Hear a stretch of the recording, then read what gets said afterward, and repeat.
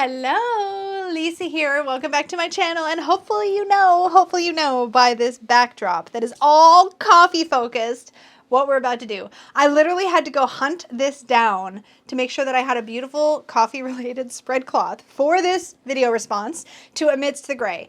Y'all, where have I been? I don't know. I am subscribed to Amidst the Gray, and if you're not, please go check their channel out. I will have it linked down below, as well as a link to the original video that this is a video response to. But it is called the Coffee House Decks. But anyways, I have been subscribed to Amidst the Gray for a while now, and I don't know how I missed this tag, but somehow I did. I'm guessing it was just at a time when I was out of sync with what was happening on YouTube, because that does happen now and then. And in any case, there's been a resurgence of this VR or this tag lately. I've been seeing a bunch of these coffee house decks responses coming through on YouTube, and I was searching them up so that I could watch them all. If you made a hashtag coffee house decks video response, I have almost certainly seen yours. I may not have commented because I watched a bunch of them while I was doing other things, but oh my gosh, these were so fun. I love me a good cup of coffee. I didn't do the thing I should have. I'm not drinking a coffee right now. I'm literally drinking orange juice. But in my defense, it is very late at night. I was not planning to film this video. This is very spur of the moment, and I am just going to roll with it. So we're going to, other than the fact that I had to track this down, this had to happen, you know, but I wasn't going to put you all through what a video with me having coffee this late at night would be like. So this is what we're doing. In any case, this is so fun. So anyways, be sure and watch the other videos. Be sure and watch Amidst the Gray's original video. Go subscribe to Amidst the Gray. Everything will be linked down below. Let's get into the prompts. So the prompts are all based on different types of coffee drinks that you can order from a coffee shop, a coffee house. So the first drink that we are to pick a deck for is espresso. So the prompt for this was a deck that is strong, punchy, gets straight to the point. And for this, this is such an espresso deck, and it is my Deviant Moon Tarot. Yes, this is the one. The Deviant Moon Tarot is definitely strong. It's definitely punchy. Let's zoom in. I feel like zooming in is going to make this so much easier. It's definitely strong. It's definitely punchy, and it definitely gets straight to the point. This is a deck that, first of all, can we talk about the mocha colored, coffee colored backgrounds? In this deck, there are so many toasty browns, warm browns in this deck. But anyways, this is a deck that does not pull the punches, right? It's potent. And because it's so potent, it can be sometimes a little bit limited in its use. Also, forgive my nail polish. Again, this was a spontaneous video, so I have not freshened it up yet. But man, this is like, there was no doubt in my mind the moment I first saw this tag that this would be my espresso deck. A lot of people find it too strong, and that's the case with espresso too. I do not drink espresso straight from the cup unless I am in dire need or have made it myself and it's got a really good crema on top. But even then, it's I need a little bit of something to sweeten it up. This deck doesn't give me the sweetness. It does have some humor. It does have a little bit of cheek, but most of all, this deck is great at cutting through the BS and getting you right to the heart of the message without passing go, collecting $200. There are no circuitous routes in the Deviant Moon, at least in my experience. It's been very punchy. So yeah, there was absolutely no question in my mind that this one would have to be my espresso deck. This is the borderless edition, by the way, and I love it so much. The next prompt is drip. Now, this is the coffee you make in your coffee maker in the morning. We do have a drip coffee maker. It is what I make most days. I do make mine with fairly freshly ground and freshly roasted beans because I'm a bit of a snob and I love my fancy coffee flavors. But still, the prompt for drip is that it's simple, accessible, it gets the job done. And the deck for me that always is like my basic drip coffee is my This Might Hurt Tarot. Now, this is a deck that I've, again, talked about a bunch. This is the indie version. There is a mass market edition coming out with Liminal 11, so keep your eyes peeled for that. I'm very excited that this deck is going to be more readily available. But I have used the heck out of this deck. I cannot even tell you how much. Now, where other people will reach for a classic Rider-Waite-Smith tarot, or maybe even their basic Thoth deck, or whatever their original, or a Marseille, that's what I reach for This Might Hurt Tarot for. It is my bare bones classic Rider-Waite-Smith. This is definitely a simple, easy to read deck. It's very accessible. The fact that it's diverse makes it work for a variety of types of people, which just makes me feel really comfortable reaching for this for just about any querent. And so I do use this a lot for client readings. And if I ever go out of my home to read tarot, I always want to have this available. This to me fills the exact same role or function, again, as a classic Pamela Coleman Smith illustrated Rider-Waite-Smith deck does for others. It's just the one that I get and that gets me and makes me feel comfy and at home. I can read this deck like in my sleep. Like I know it backwards and forwards, it is home. And it's the Desert Island deck for me. It's the one that if I only had one, it would have to be this one just because it's so versatile and it works for me in that's the whole point of versatile. It works for me in so many different situations. Just like drip coffee, like this is the thing that I can always rely on. And there is nothing like a good cup of basic drip coffee in the morning to get me going. I can always count on it to get me awake, to get me functional. And this is that for me in the tarot world. This Might Hurt Tarot. Now I do have a backup copy of this, which I didn't purchase. It was actually gifted to me, and I'm so grateful because this one is starting to show quite a bit of wear. It's still holding up beautifully, but you can really see how the gilding has worn away where my thumbs hit it when I shuffle. There's some chipping. There's a couple cards that are sort of a little torn, but I mean, still, I'm going to use this and use this and use this and use this, and then when I've really, really beaten it up, then maybe I'll go to my backup copy, but the backup copy even has the pearl edges, and this has the black edges. Anyways, I'm going to stop talking about this, but I love this deck so much. Nothing has ever been able to compete with it for me, even though there are other decks that do a similar job of being sort of modern and diverse and still very Rider-Waite-Smith. This is my Rider-Waite-Smith, It's my drip. It's my drip coffee. Our next category is the pour-over. Now, I have actually made pour-over coffee, although I don't know that I've made it particularly well, and I didn't have quite the right pot for it, and I don't know that my temperature was perfect or my beans were perfect, but it is an interesting and quite yummy way to make a basic coffee, but one that's really developed and has good flavor and is smooth. But a pour-over is basically a cone filter that you put on top of, like in a holder over top of your actual cup. And you put your coffee in it, and then you get your water to the right temperature, and you sort of put it on top, and you let it sort of begin to, they call it bloom, but the coffee sort of wakes up, I guess. And then you pour a little bit more, and then you wait, and then you pour a little more, and then you wait. And it's this whole process. And then when you're done, you have this really delicious, smooth, developed cup of coffee that's great. Now, I don't drink black coffee, so to be fair, pour-overs are probably kind of lost on me, because by the time I add stuff into my coffee, the nuance of a pour-over is there's no point. It's too much work. But the prompt for the pour-over is, this is a deck that you need to take your time with, but is totally worth it. And oh my gosh, I've got a couple of decks, several in fact, that I think would fall into this category. But the one I chose to talk about today is the Tarot of Delphi. I have to say, this deck feels so incredibly precious that I find myself not reaching for it when I should, because it's so beautiful, but it feels like sacred. The fact that I even have this just feels really, really, really special. It was a deck that I never expected to own, and so I just really, really treasure it. And in fact, I was so grateful because there was a point at which a client of mine requested this deck, and I was so excited because they're like, I don't care if you want to look at the guidebook, like I just really want a reading with this deck. And I was like, oh, thank you, yes please, I would really like to do that. And it was such a wonderful experience. But this is a deck that has me slow down, and that's true of a lot of decks like this. Any decks that have fine art, they feel somehow a little further away. I don't know how else to describe it, but they're decks that I sort of need to sink into. Gosh, I love the Siren cards so much. This deck is really, really beautiful, but it's not quick fire. This isn't the kind of deck that I would just throw down, throw a few cards and then sweep them up and go about my day. This is one where I want to lay out the cards, read in the guidebook, consider the myths or stories that are being referenced, really sink into it. And this just invites me to do that. This is probably among my most sophisticated decks, although I wouldn't say it's the only sophisticated deck I have, but it's one of them. And it really is a deck that I just genuinely appreciate and enjoy.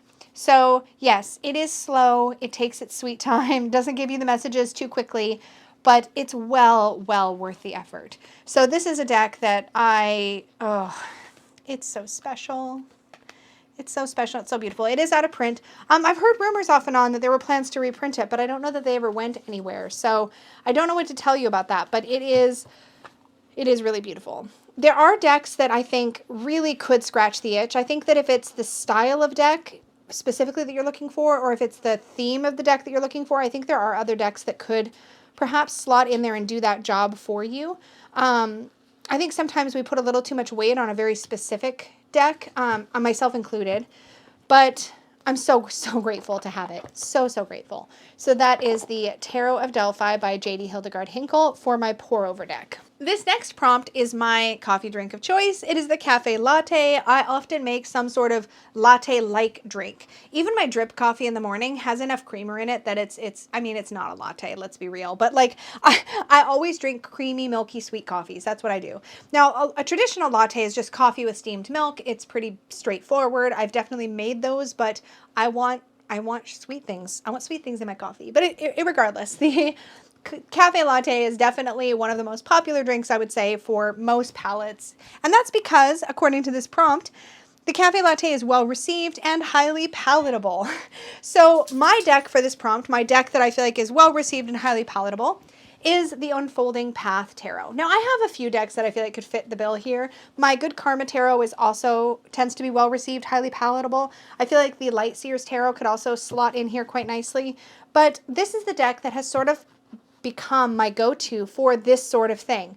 When I'm looking for something that's a little bit different than This Might Hurt, that isn't just essentially kind of a Rider-Waite-Smith clone that sort of goes its own way, but I still want a modern vibe. I still want diversity. I want to see different types of bodies. I want to see different ages. This deck does it really, really well. I love that, for example, we have an older man as a page. It really shows us that the archetypes of the tarot, while they may have certain titles, are never limited to specific genders or specific types or ages of people. The energy of a page, for example, is about the energy, not necessarily the specific age, although it could be, depending on how you read it, right? But I love how, again, how gentle, palatable, smooth this deck is. It does this beautiful job of showing us the modern world in, I think, what's a relatable and digestible way. It doesn't poke too hard, it's there to allow the messages to come through, but it doesn't force anything, and I love that. I love how gentle and easy and smooth it is to work with. It's very versatile, much like the This Might Hurt is versatile, and I would argue just as versatile as This Might Hurt, but it has a different feel for me. It has something a little bit, it's one that slows down just a bit from what This Might Hurt is for me. Just a bit. Oh, I really like this Nine of Cups so much. But that is the Unfolding Path Tarot. Now this deck comes with like a pamphlet sort of thing, but I have never needed anything but these cards. The artwork is so on point. I don't know, I have this thing. Whenever I show cards, I never want to put the cards back with the same card sitting on top. I love that. Love that Temperance card so much. But that is the Unfolding Path for my cafe latte. The next prompt is the cappuccino. This one is classic, sophisticated, and maybe a little bit fussy. This feels like the kind of drink you drink with your pinky out. You know what I'm saying? I have made cappuccinos. They're lovely. Again, still needs some sweet for me personally, but there's a fuzzy on my thing. Cappuccinos are really fun to drink. I love all the foam on top. Yummy. But I do still have to add some sweet. But regardless, the prompt for this is that it is classic, sophisticated, and maybe fussy. And for that, I really had to pick the Thoth Tarot. This deck, it has so much to offer. Mine is in order because this is my reference/study deck, including my little notebook that I use for this. I spent some time getting to know the Thoth, and it was a really cool experience that definitely broadened my horizons. But this deck feels a little snooty for me, if I'm being honest. It feels a little bit out of reach a lot of the time. It's not that I don't get it, and I've had some really profound experiences with Thoth, but I don't ultimately think that reading with the Thoth is for me. It just doesn't sit the way that I guess I want to sit with tarot. It doesn't feel like it's quite me. And similarly, cappuccinos just feel a little too, maybe a little highbrow for me, a little bit, just that little bit inaccessible, a little bit aloof, and that's kind of how this feels. A little bit aloof, a little bit out of reach. I feel like to get the most out of my experience with Thoth, I really need to sit with all of its many layers, you know, dig into the esoterica, dig into the Kabbalah. And I really love that. I really have enjoyed that experience. But this one could have actually slotted in very well for the pour over, because when you take your time with this, it has really some wonderful treasure to offer. But I just, y'all, it doesn't inspire me to want, I shouldn't say that, because the system and the knowledge and the layers of meaning, that stuff inspires me, but maybe it doesn't excite me. Maybe that's the word. But then again, the information excites me. It's hard to describe. The potential to dive deep excites me. But in actuality, other than as for study, this is just not the kind of thing that's for me. But man, it was so fun to really spend some quality time with this and get to know this system and get to know all the layers and just how profoundly everything is put on here. I think it's really cool. If you are excited about studying tarot, then I suggest giving it a try just to learn it a little bit or learn about it. You might be surprised. You'll come away with insights that I think have altered the way that I read tarot permanently, just little bits here and there. Whether it's an astrology reference or, oh gosh, I don't know. I think that if I were to do a deck and walk, I would actually do it with the Thoth Tarot, or I would be tempted to do it with the Thoth Tarot, because I feel like it would give me the depth that I would want for something like that. But then again, who knows? But I love having this larger version, and it is definitely my cappuccino deck. The next prompt is the Mocha, my favorite drink. If I'm going to just order, I shouldn't say it's my favorite because there's lots of latte flavors I like, but if I'm going to go into an unfamiliar coffee house and order something decadent or delicious, if I'm craving a fun drink, I will almost always order a mocha first. There's actually a chain up in Canada called Blends. When they make their mochas, they take real chocolate, like not powder or mix or syrup, but chocolate, and they like blend it up with the hot milk to create their mochas, and they are so good. I haven't had a Blends mocha in a long time. Gosh, now I really want one. Okay, anyways, back to the prompt. The prompt for mocha is, this is a deck that is rich, indulgent, and a bit extra. And the best deck in my collection for this truly has to be the Mythical Creatures Tarot. Oh my goodness. So this is a Baba Studios deck. It is got the most beautiful foiling on it. It's a Marseille style.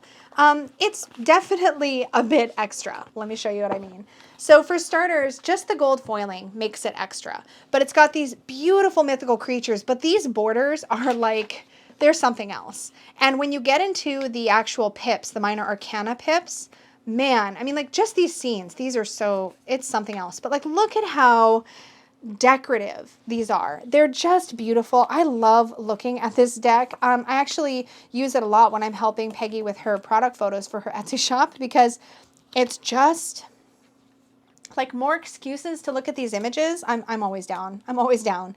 I have not read with this nearly as much as I want to, but I think it's because I've sort of built a relationship with it that is very superficial, where I just pull it out and flip through it and look at all the pretties.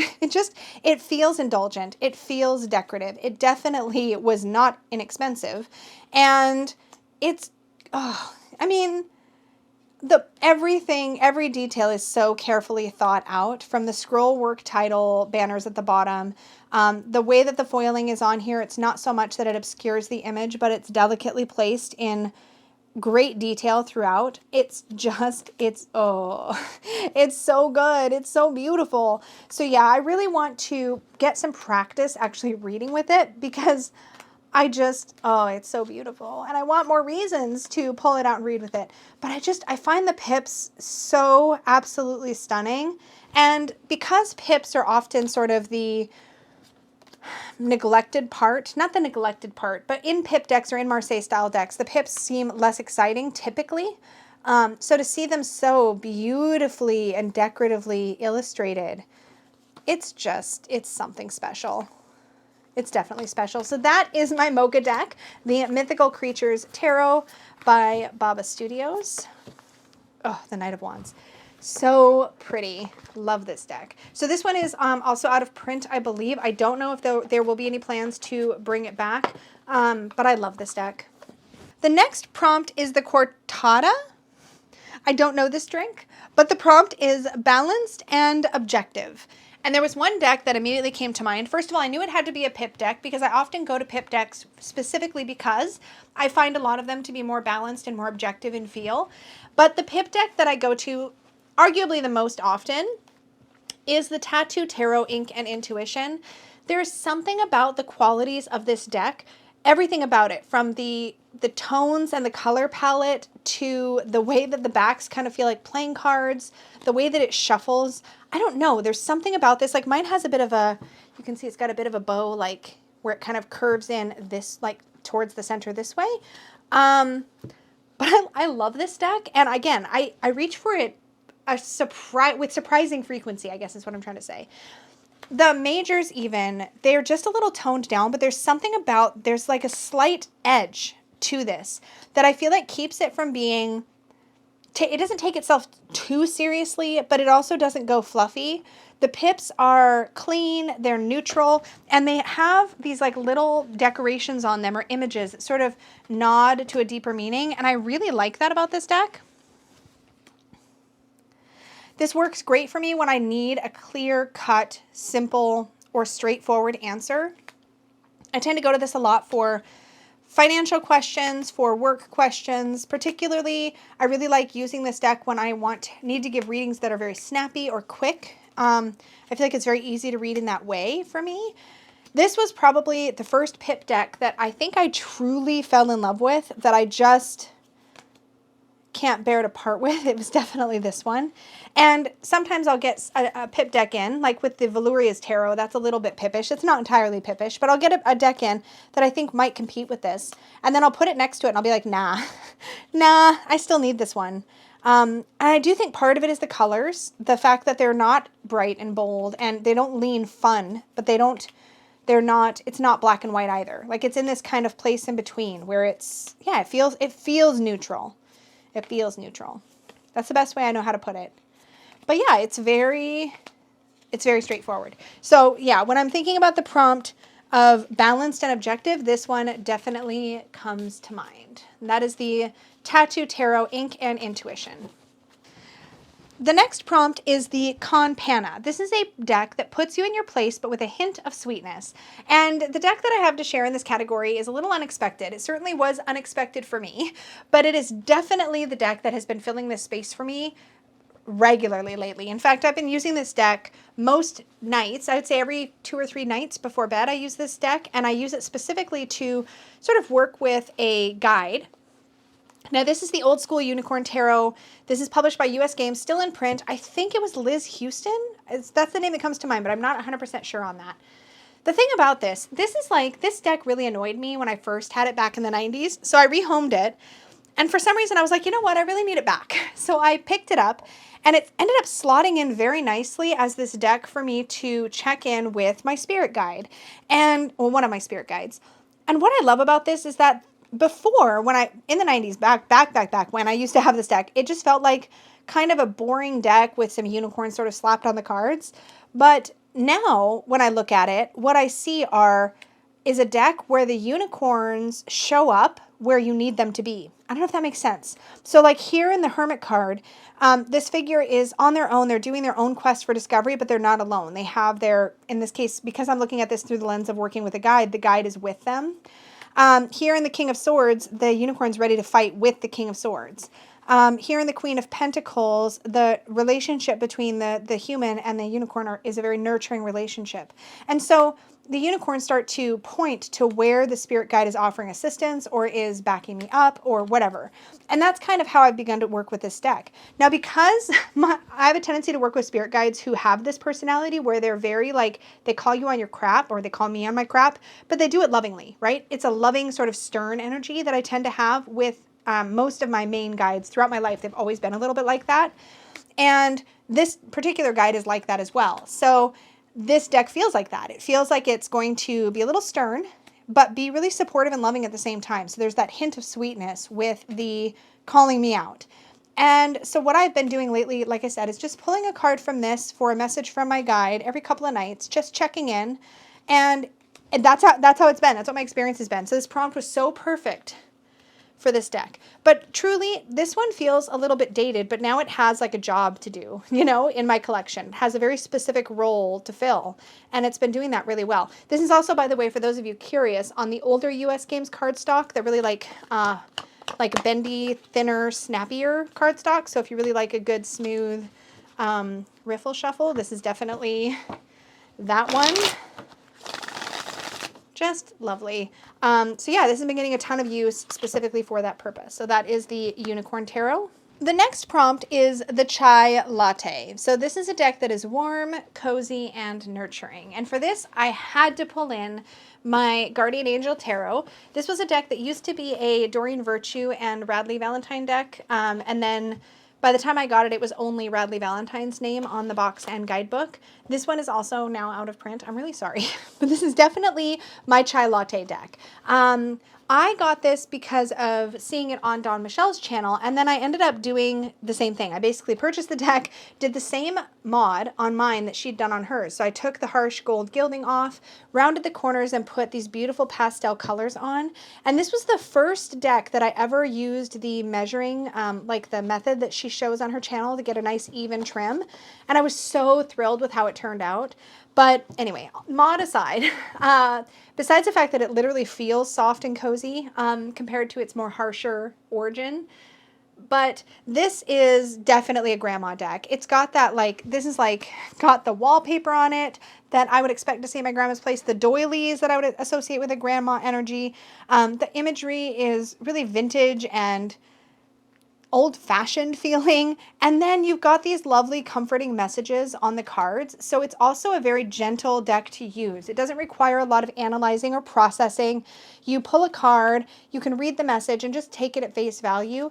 Every once in a while, I will also then go to the guidebook and read the message in here, but most of the time, I really just work with the cards. And for a very long time, this was my bedtime deck, and whenever I'm craving a bedtime deck, this is the one that I come back to. It's a deck that I would keep by the bed and shuffle and just reflect on my day and read a message and take that in and then go to sleep. And it always sent me off to a very peaceful sleep.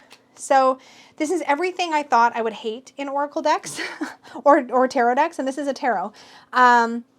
But I really love it, and it's so comforting and cozy. I mean, thinking of cozy decks, this will probably always be the first one that comes to mind as a cozy deck. It feels cozy. But this is because I think of the relationship that I have developed with it and the particular aesthetic that just sort of like, it just does that thing, you know? It just does that thing where it feels comforting and kind of like a hug. It's lovely. And that is the Guardian Angel Tarot. My copy is by Radley Valentine. This next one is the Matcha Latte. So this one is a prompt for a deck that is an acquired taste or unconventional. Matcha lattes are definitely an acquired taste, and so is this deck. My matcha deck is definitely the Chicoli Tarot. Oh my gosh. This one knocks my socks off, but it is definitely an acquired taste. Arguably, so is the Deviant Moon, which was my Espresso deck. But of the two, this one I would say is even more confronting for many people. The Chicoli Tarot, this is the backs. Man, there is something so spectacular about Nicoletta Ciccoli's artwork. I am obsessed. I would love to have one of her prints. There's something about this artwork. It is... Gosh, yes, it's unconventional. Yes, it's an acquired taste, but it's unusual. It's quirky. It's dark, but it covers up that darkness with innocence in a way that is really appealing for taking a very frank look at uncomfortable things. It's very pokey, but it's very potent. It reads very well and very intuitively for me. It definitely goes its own way in places, but I find that it follows the Rider-Waite-Smith very well. And for me, learning it was a joy. Recognizing the ways in which it layers with the Rider-Waite-Smith was a pleasure. But yeah, it definitely is a deck that I picked up more out of curiosity, much like with the Deviant Moon, actually. And then it just was so powerful once I had it in hand and started working with this artwork and really considering what each image made me think and feel and wonder about.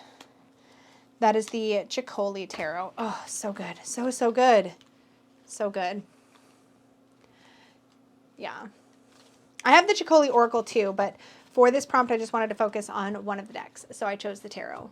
Our next prompt is hot chocolate. So this is a deck that speaks to a younger version of yourself. That was pretty easy. I chose the Playful Heart Tarot. This is probably my favorite inner child tarot deck. It's very potent. It does a good job of speaking to the inner child without pandering to the inner child, which I really appreciate.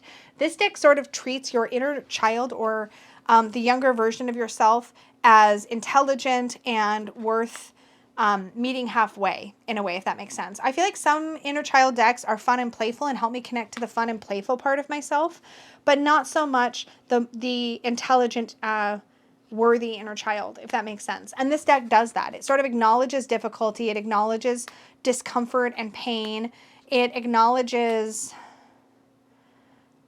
life. It doesn't, shove things under the rug. And I love that about this deck. But it does really help to tap into this younger self. And I find it to be really useful, really powerful, and very versatile, actually. And this was a deck that when I first saw it, I was like, oh man, I don't know about this. I didn't know about Kitten Chop's art style. I didn't know if it was for me, but oh man, this deck, it completely won me over.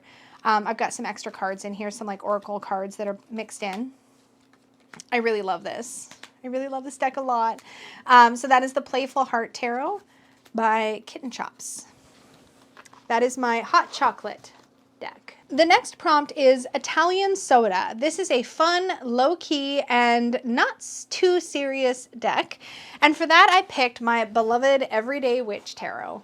I mean, this is such a fantastic deck. It's a wonderful reader. It's definitely a tried and true, but it doesn't go too hard hitting, It does what it needs to do, but it does it with a little bit of humor and playfulness without missing the mark, It's accessible, but then it kind of pokes fun at itself with the striped stockings and the pointy hats that you see throughout this deck.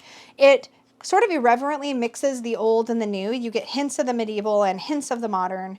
It's very, very approachable and, and it's not at all intimidating. It's a breeze to read with. I used to really love Italian sodas, actually, back in the day. I think it was a cream de mint soda I used to get all the time, and I loved it. But yeah, there's something that feels a little bit, I don't want to say mysterious, because this deck doesn't feel mysterious, but it does have a little bit, like it has a few secrets, It has just a few secrets. It gives them up real easily, but they're there, That's what this deck feels like for me. And it has quite the personality, such as it is, for a deck of cards. I love this deck. I've read with it so much over the years.